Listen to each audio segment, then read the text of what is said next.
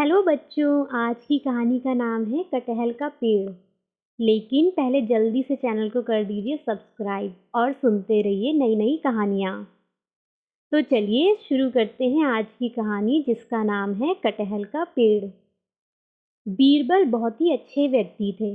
वे अपने आसपास के लोगों का ध्यान भी अच्छे से रखते थे।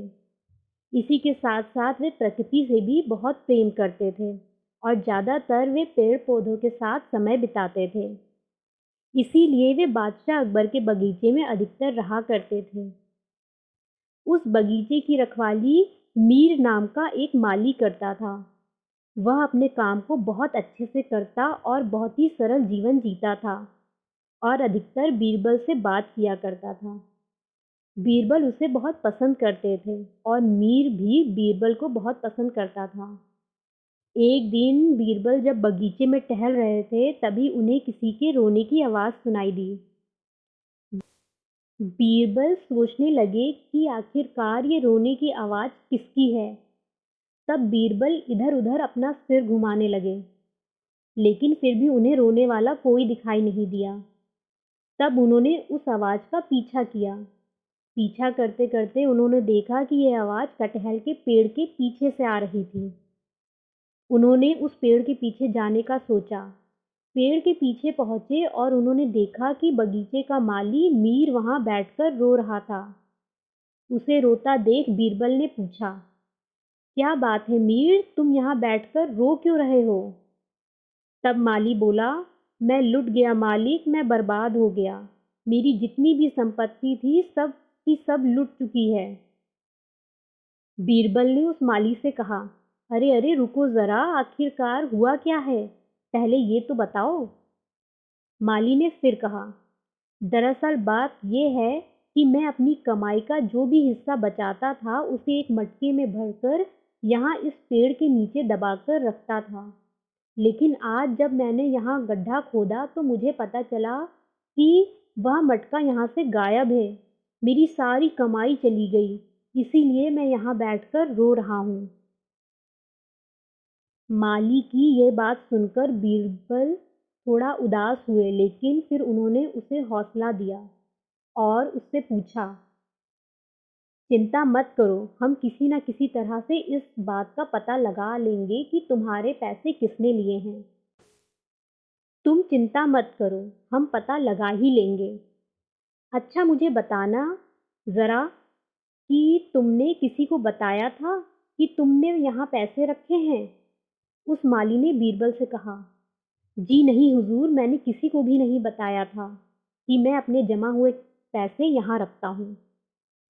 बीरबल ने फिर पूछा, अच्छा, तो क्या किसी ने तुम्हें यहाँ पैसे रखते हुए या निकालते हुए देखा था? मीर ने जवाब दिया, जी नहीं हुजूर, यहाँ तो सिर्फ और सिर्फ मैं अकेले आता हूँ। मेरे अलावा और कोई भी नहीं आता। तो फिर मुझे पैसे निकालते वक्त और रखते वक्त किसी ने नहीं देखा। बीरबल के सामने एक बड़ी समस्या आ गई थी। उन्होंने उस माली से कहा, ठीक है तुम घर जाओ, मैं जितनी जल्दी हो सके इस बात का पता लगा लूँगा कि तुम्हारे पैसे किसने लिए हैं। यह सब हो जाने के बाद बीरबल घर जा पहुँचे। घर पहुंचकर बीरबल एक जगह पर बैठकर सोचने लगे कि मीर के पैसे किसने लिए होंगे। किसी ने मीर को वहां पैसे रखते नहीं देखा और ना ही मीर ने किसी को यह बताया था कि वह पैसे वहां रखता है। ऐसे में वह पैसे कहाँ जा सकते हैं? तभी बीरबल के दिमाग में एक बात आई और वह उठकर बादशाह अकबर के दरबार जा पहुंचे। दरबार में जाकर उन्होंने बादशाह अकबर को वह सारी बात बताई। फिर बादशाह अकबर ने कहा, अच्छा बीरबल, जरा बताओ कि तुम इस बात का पता कैसे लगाओगे? बीरबल ने बादशाह से कहा, ये जानने के लिए मुझे मंत्रियों से कुछ सवाल करने होंगे। अकबर बोले, अच्छा ठीक है, तुम अपनी कार्यवाही जारी रखो। इसके बाद फिर बीरबल ने वहां मौजूद सारे मंत्रियों से पूछा, क्या आप में से किसी ने इन दिनों में किसी वैद्य से किसी भी तरह का इलाज करवाया है? तभी एक मंत्री खड़े हुए और उन्होंने कहा, मुझे कहने में थोड़ी शर्म आ रही है, लेकिन हाँ, मैंने कब्ज का इलाज करवाया था एक वैद्य से। तब बीरबल ने उनसे कहा, क्या आप उस वैद्य को यहाँ बुलवा सकते हैं? मंत्री ने तुरंत बोला, हाँ हाँ, हम उसे यहाँ बुलवा सकते हैं। वह ज़्यादा दूर नहीं रहता है, वह यहाँ तुरंत ही आ जाएगा। उसके बाद उस वैद्य को उस सभा में बुलवाया गया। वैद्य वहाँ आया और बादशाह अकबर से कहने लगा, जहाँपनाह, क्या आपने मुझे बुलाया?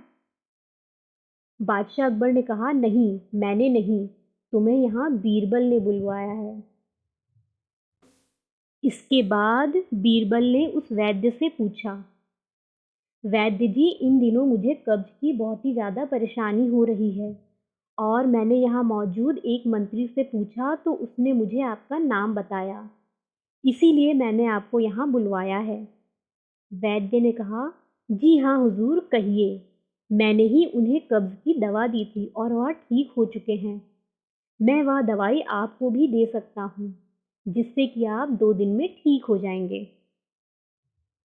यह सुनकर बीरबल ने उस वैद्य से पूछा, अच्छा, क्या आप मुझे ये बता सकते हैं कि उस दवा को बनाने के लिए आप किस चीज़ का इस्तेमाल करते हैं?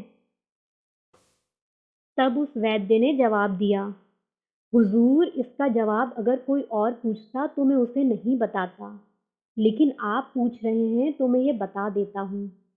दरअसल इस दवाई को बनाने के लिए हमें कटहल के पेड़ की जड़ की ज़रूरत होती है। बीरबल ने कहा, अच्छा, तो फिर आप कटहल का पेड़ कहाँ से लाएंगे?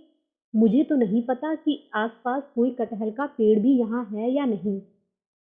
तब वैद्य ने बताया, बादशाह के बगीचे के पास ही एक कटहल का पेड़ है और वहाँ से उसकी जड़ ला सकते हैं। इससे पहले भी जब ज़रूरत थी तो मैंने वहीं से कटहल के पेड़ की जड़ ली थी। बीरबल ने उस वैद्य से पूछा, अच्छा, तो तुम सच-सच बताना, क्या तुमने उस कटहल के पेड़ के नीचे दबे हुए पैसे भी लिए हैं? वह वैद्य बहुत डर गया और उसने सब कुछ सच-सच बता दिया। जी हाँ हुजूर, मुझे माफ़ कर दीजिए। वह पैसे वहाँ यूं ही रखे हुए थे, तो मुझे लगा कि कोई वहाँ उन पैसों को रखकर भूल चुका है।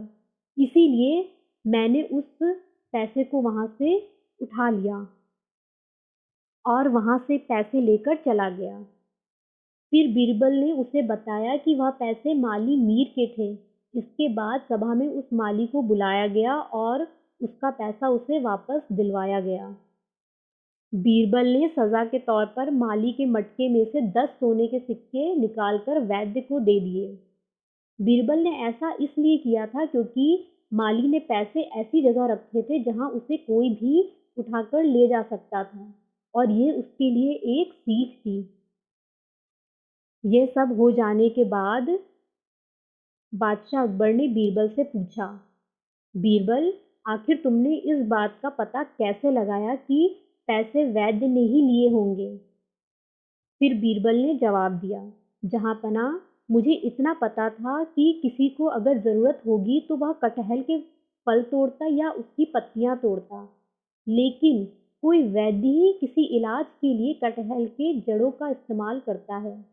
इसीलिए मैंने यहाँ अंदाज़ा लगाया कि वहाँ की खुदाई किसी वैद्य ने ही की होगी। बादशाह ने बीरबल से कहा, वाह बीरबल वाह, तुमने एक बार फिर से साबित कर दिया कि तुम बहुत ही ज़्यादा बुद्धिमान हो। तो बच्चों, ये थी कटहल के पेड़ की कहानी। धन्यवाद।